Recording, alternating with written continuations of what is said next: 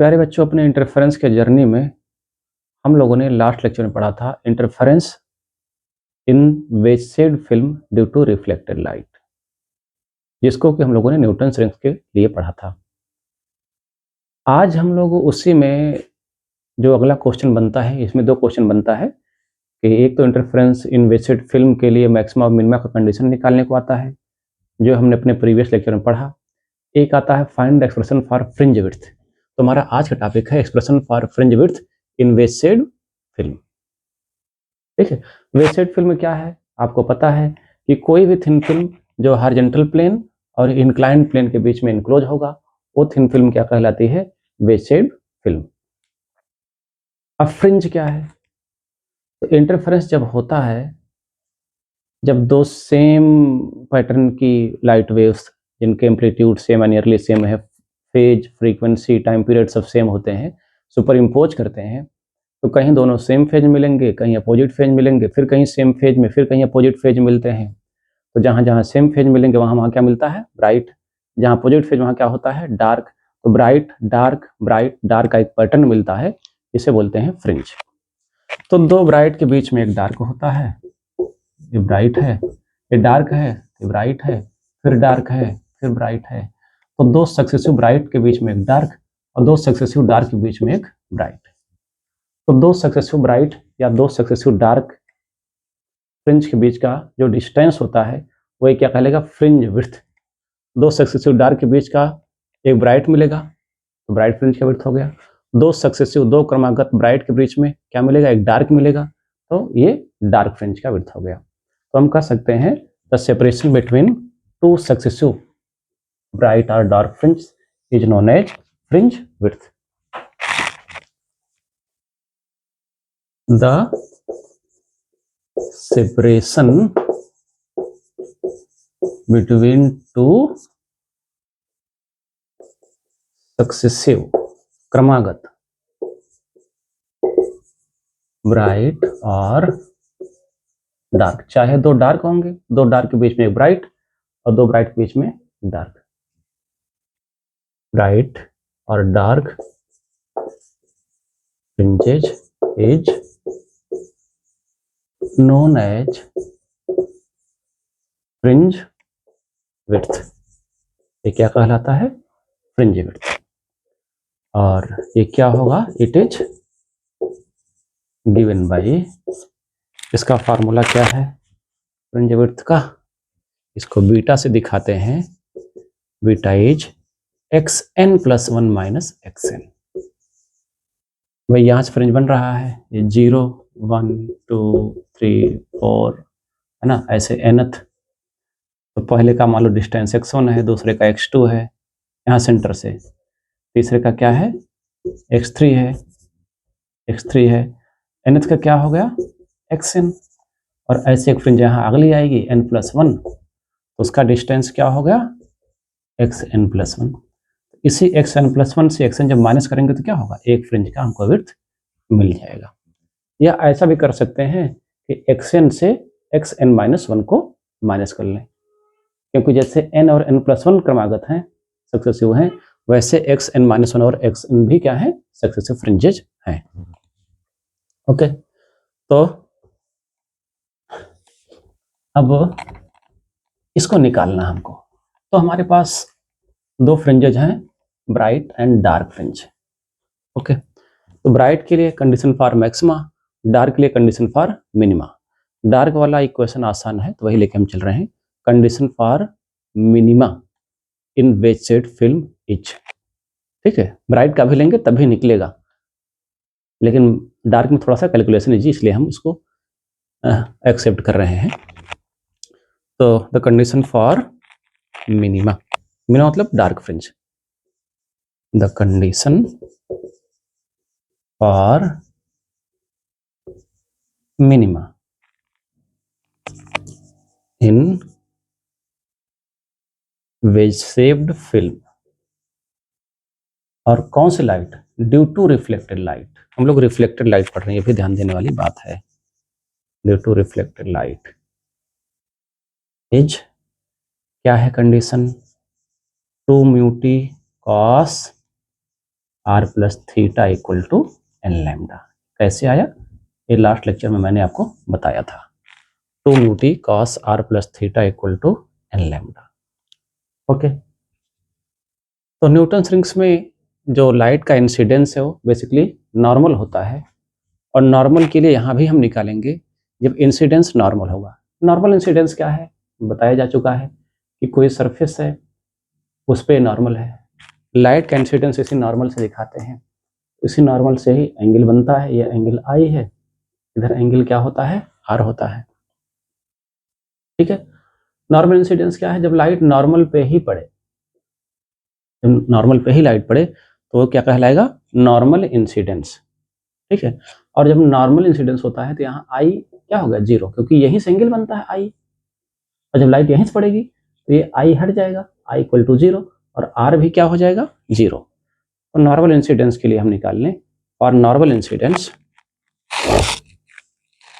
एक चीज और लिख लें, यहाँ यहीं से चेंज कर लें कि यहाँ टी क्या है? थिकनेस ऑफ फिल्म, और थिकनेस ऑफ फिल्म क्या है? हम लोग निकाल चुके हैं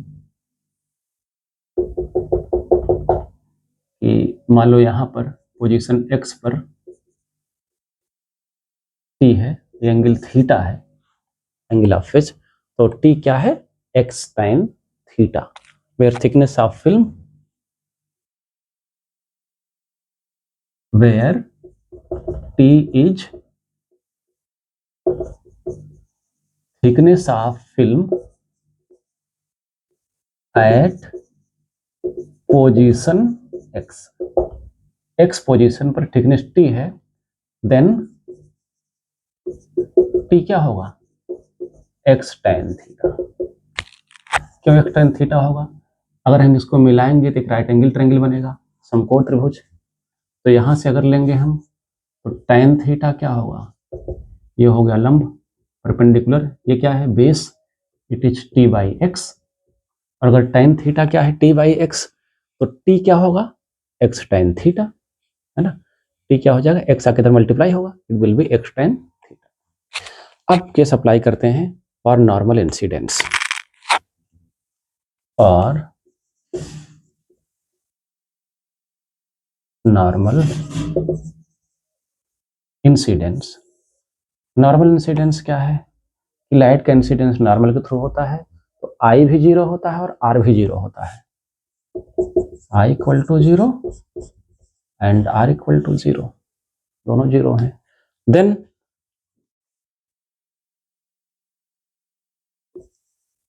इक्वेशन 2 बिकम्स, इक्वेशन क्या हो जाएगा? इक्वेशन 2 क्या हो गया आपका? It is 2 mu T cos zero plus theta equal to N lambda, it is 2 mu T cos theta equal to N lambda. और टी की वैल्यू यहाँ एक्स के टर्म में, क्योंकि हमको पोजीशन निकालना है, पोजीशन निकालेंगे तभी हमको फ्रिंज विड्थ मिल पाएगा। टी को एक्स में चेंज करना है, तो टी क्या हो जाएगा? X tan theta, it will be 2 mu X tan theta cos theta equal to N lambda. कहाँ से? फ्रॉम 3। और टेन थीटा कॉस थीटा क्या है? It is sine theta. ये क्या हो गया? ये साइन थीटा है, it is 2 mu X sine theta equal to N lambda. तो x क्या हो जाएगा? देयरफॉर x क्या है? N lambda upon 2 mu sine theta, it is equation 4। ठीक है ना? ये क्या हो गया? इक्वेशन 4 हो गया। हमको निकालना क्या है? एक्सन। एक्सन क्या है? ये है nth फ्रिंज का पोजीशन सेंटर से। Action is position of nth fringe from centre. तो यही जहां पर फ्रिंज की थिकनेस टी है, हमने मान लिया यहाँ पर nth ऑर्डर की फ्रिंज बन रही है। और कौन सी फ्रिंज? डार्क। डार्क क्यों? क्योंकि हमने क्या कंडीशन लिया है? मिनिमा। मिनिमा कंडीशन लिया है, तो क्या होगा? Dark fringe. तो ये जो पोजीशन एक्स है, इसी को हम क्या लिख सकते हैं, xn, क्योंकि x क्या है, t थिकनेस पर फ्रिंज की पोजीशन है। तो अगर t थिकनेस पर कौन से फ्रिंज बन रही है, nth ऑर्डर की फ्रिंज बन रही है, तो इसे x को हम क्या लिख सकते हैं, इट इज xn। ओके, तो क्या बताएंगे कि इफ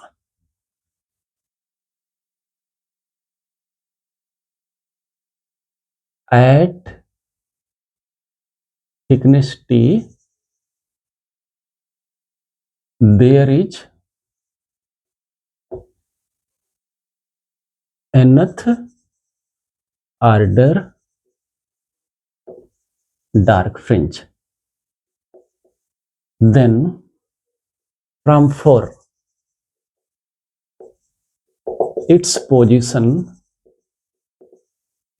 xn,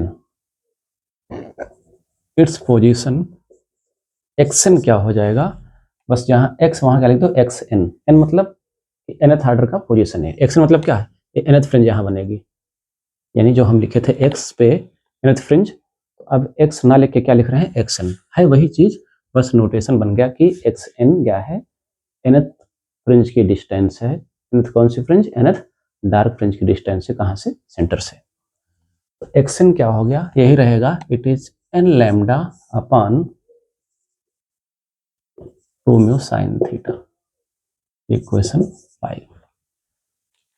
तो अगर xn हो गया तो position of n plus वनथ dark fringe क्या हो जाएगा, जहां n है वहीं पर n प्लस 1 कर दो। Similarly position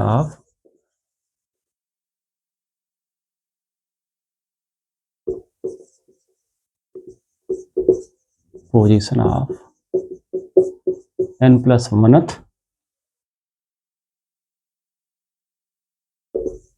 dark fringe is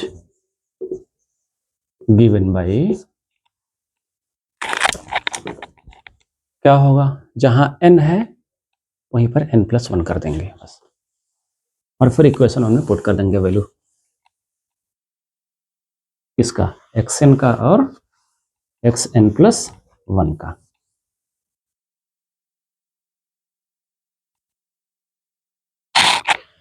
तो क्या हो जाएगा, it will be xn plus 1 equal to n की जगह पे n plus 1 lambda 1 2 mu sine theta. तो बस अब यूजिंग 5 and 6 in 1,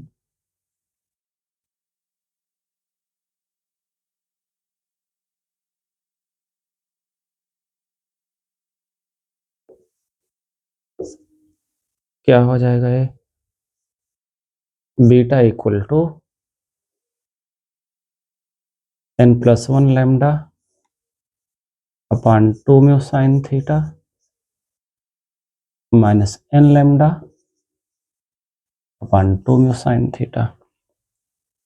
तो बीटा क्या हो गया, lambda upon 2 mu sine theta, दोनों में क्या है, कॉमन है, it is lambda upon 2 mu sine theta, ये कॉमन है, ये क्या हो जाएगा, यहाँ क्या बचा, n प्लस 1 पहले में, और यहाँ क्या बचा, माइनस n, 1 ही बचेगा। तो basically it will B lambda upon 2 mu sine theta. Okay, चलिए इधर का रफ करें, आप नहीं लिखेंगे तो स्क्रीनशॉट ले लें। ओके, चलिए हम रफ करते हैं।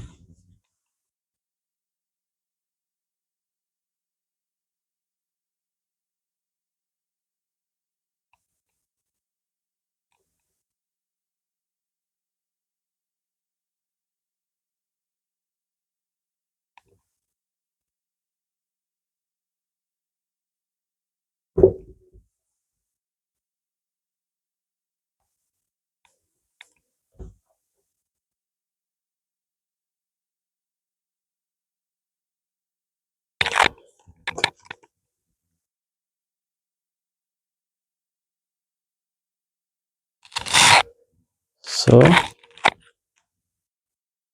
your beta will be lambda upon 2 mu sine theta. Equation 7। So this is fringe width और वेज शेड फिल्म। लेकिन यहाँ पर एक अप्रॉक्सीमेशन लेना है कि अगर फिल्म की थिकनेस बहुत कम है, क्योंकि न्यूटन रिंग्स हमने कहा कि इसको हम पढ़ रहे हैं न्यूटन रिंग्स के लिए, और वहाँ जो यूज करते हैं फिल्म बहुत पतली होती है, ना के बराबर। जो हमारा प्लेनो कॉन्वेक्स लेंस, उसका रेडियस ऑफ कर्वेचर ही होता है 1 मीटर। तो जब बहुत पतली होगी, ऐसे होता है, हम लोग पढ़ेंगे डिटेल में न्यूटन रिंग्स में। बहुत पतली फिल्म है तो थीटा टेंडिंग टू 0, है ना, थीटा टेंडिंग टू 0, तो साइन थीटा क्या होगा, ये थीटा के बराबर होगा। तो थीटा बहुत small, theta is very very small, then sine theta tends to theta. भाई 0 is very small, 0 is small, ना के बराबर कुछ नहीं है। साइन 0 0, कॉस 0 1, इसलिए जब थीटा बहुत स्मॉल होता है तो साइन थीटा थीटा और कॉस थीटा क्या होता है, 1 होता है। तो when angle of ways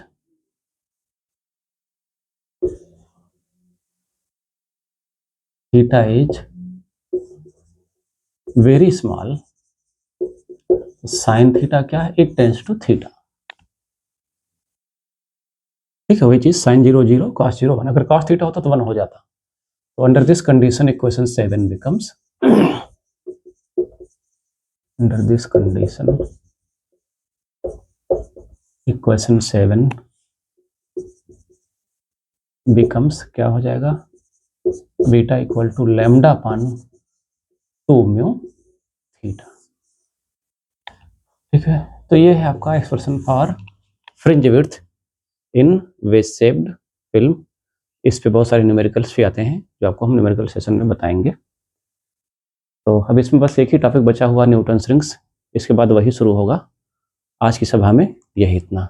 okay, all the best, thank you.